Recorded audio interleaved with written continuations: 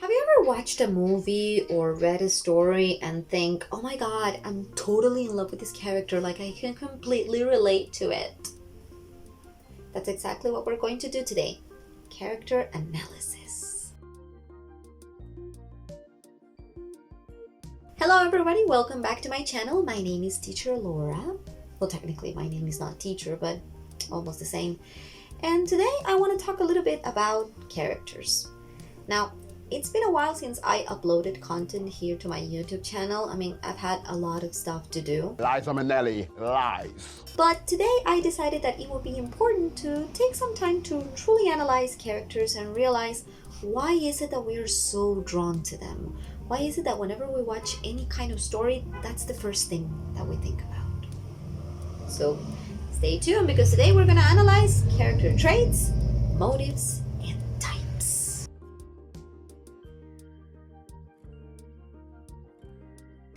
A character is basically the driving force of any story in particular, is the reason why we would go to the movies or why we decide to pick on a book. We want to figure out exactly what is going to happen to the character that we like. And at the end of the day, isn't that the most important thing? Being able to relate to another person or animal or thing? Character traits are also part of this, but how can we analyze this and how can we understand it a little bit better? Well, I decided today to use two of my favorite characters of the entire literature world. Sam and Frodo from Lord of the Rings. It's gone.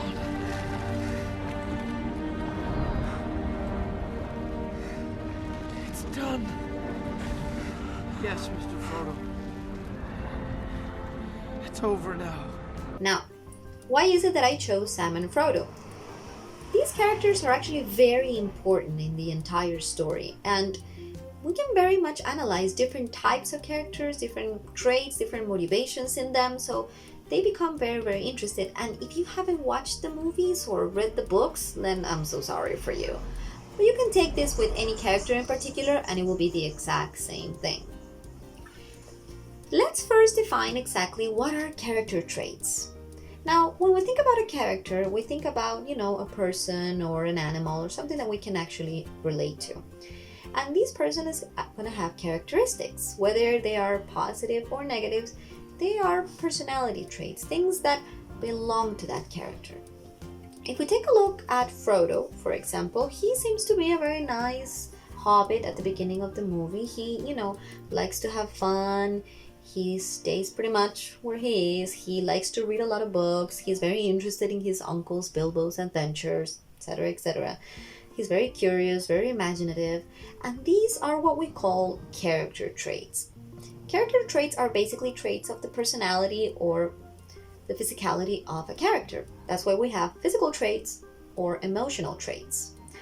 Now, all hobbits in general share pretty much the same physical traits, short, hairy feet, a great sense of style and fashion.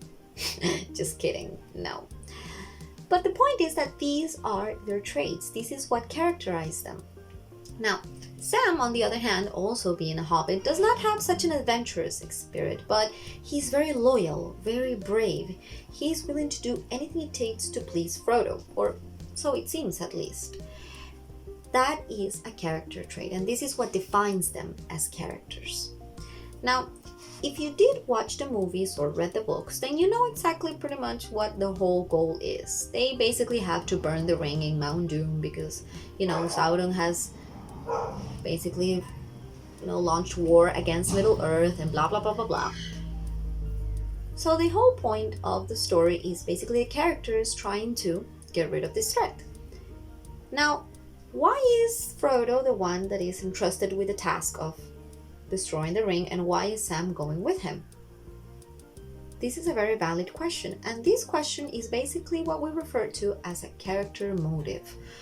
What is the motivation, the driving force that the character has for doing whatever it is that they're doing? Now, Frodo is entrusted with the task because it basically fell upon him. He found a ring one day after Bilbo left it for him in the house. Total dick move. And at that point in particular, Frodo basically has a task of delivering this ring to Mount Doom, burn it, and save the world. And Sam, pretty much you can ask yourself, well, why the hell is he going? I mean, he's not the one entrusted with the task. But Sam goes because he wants to protect Frodo and he won't leave him alone. He even says this himself. Come on, Mr. Frodo. I can't carry it for you. But I can carry you. Come on!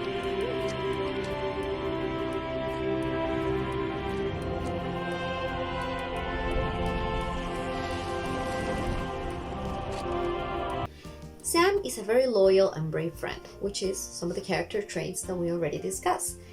And these also become his motives. Protecting Frodo and making sure that he arrives there safely is Sam's motivation in this story. And if you ask me, it's one of the most honest motivations that any character could have. And at the end is what makes him so incredibly important.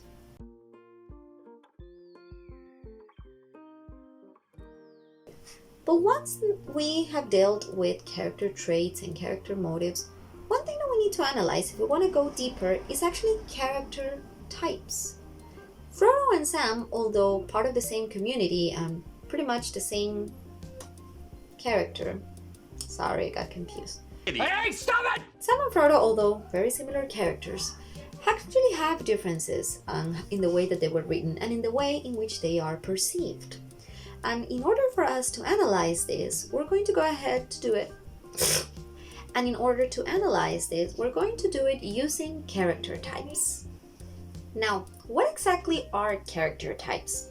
There are many types of characters available whenever we want to analyze a story. We can even identify 9 types of characters without even counting archetypes. But I want to focus today on 4 types of character: round, flat, dynamic, and static. There are some differences between the two of them and some similarities as well, so we're gonna see how they fall. Continuing on my example of Sam and Frodo, we also need to analyze a little bit whether or not they are round characters or flat, dynamic or static.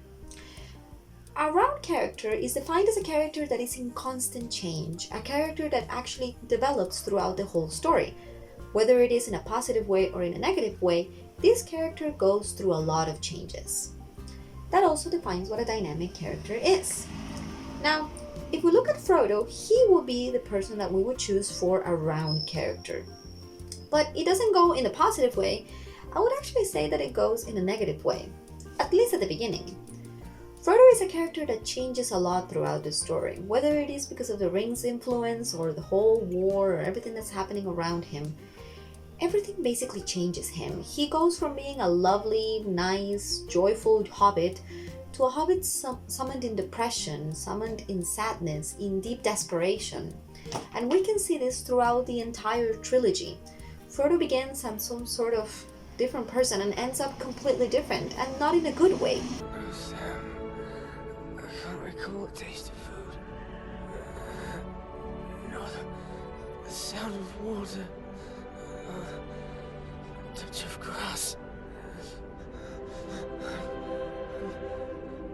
Naked in the dark. There's nothing, no veil between me and the wheel of fire. I can see him with my waking eyes. And the thing is, Frodo doesn't even recover from that. He pretty much has to go away, get out of Hobbiton, pretty much trying to find himself in the other lands. Sam is what we would call a flat character. But what exactly is a flat character?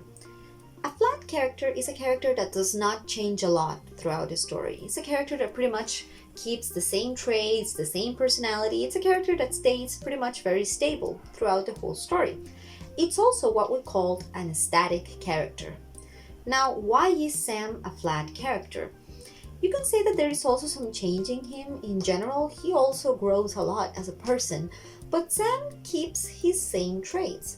Unlike Frodo, who becomes a very dark, depressed individual, Sam continues to have a lot of bravery in the key moments, whether it is rescuing Frodo or whether it is trying to, undertake the task of taking the ring himself. Sam pretty much stays the same person, even up to the last moments when they are up in Mount Doom, when Frodo is about to drop the ring. Sam stays the same Sam, the same supportive, loyal, brave Sam. This is what makes a flat character, or an static character, if you want to think about it like that. But again, there are many types of characters. We have protagonists, antagonists, stock characters, many types of characters. But as I said, we were going to focus only on these four because these are the characters that we truly want to understand and at the end of the day are the most interesting ones. Round characters are found everywhere in stories, and usually in a character-driven story, a round character is going to be the protagonist because it's a character that goes through the changes. One of my favorite movies, or another one, is Jojo Rabbit. You okay?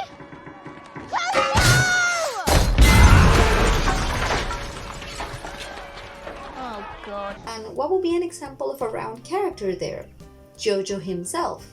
He goes through all of these changes throughout the movie. He basically starts from a little Nazi fanatic into a much more understanding young man who becomes and understands that, the path he was taking was probably not the good one. A round character becomes interesting because we relate to a round character. We want to change with the character. We want to see that that character has a chance of redemption. And it happens in a lot of stories. Whether it is in Mean Girls with Katie or in Naruto with Naruto himself. All of these characters actually go through these kind of emotions and they go through these changes that make them into what they are at the end of the day. In contrast to flat characters that pretty much stay the same. You can say in a way that in Mean Girls, one of the ones that I would say is the flattest one, and a lot of people, I don't know if they would argue me there, but it's actually Gretchen. That is so fetch. If I had to be completely honest, I don't think she changes that much through the entire movie. And you could say, but isn't Regina an example of a flat character? And I would say no. There is actually a change in Regina. She learns to channel all of her negative energy and at the end of the day trying to become, a sportswoman and all of that. She does change and she does develop from who she is. But Gretchen and Karen? Lovable idiots. Pretty much stay the same. Gretchen, I'm sorry I laughed at you that time you got diarrhea at Barnes & Noble. And I'm sorry I told everyone about it. And I'm sorry for repeating it now. Well guys, this is a very short analysis on character. Again, we can go over many details and there are a lot of them out there. But I wanted to go into some of the most important ones because it's very important to understand what a character is like. How can we relate to it? And round characters versus flat characters is usually a fun way to describe them. Thank you so much for watching. Remember, if you like this kind of content, don't forget to subscribe. Hit the ring bell to receive all notifications to continue to support my channel. Thank you so much for being with me here today, and I will see you next time. Bye, everybody.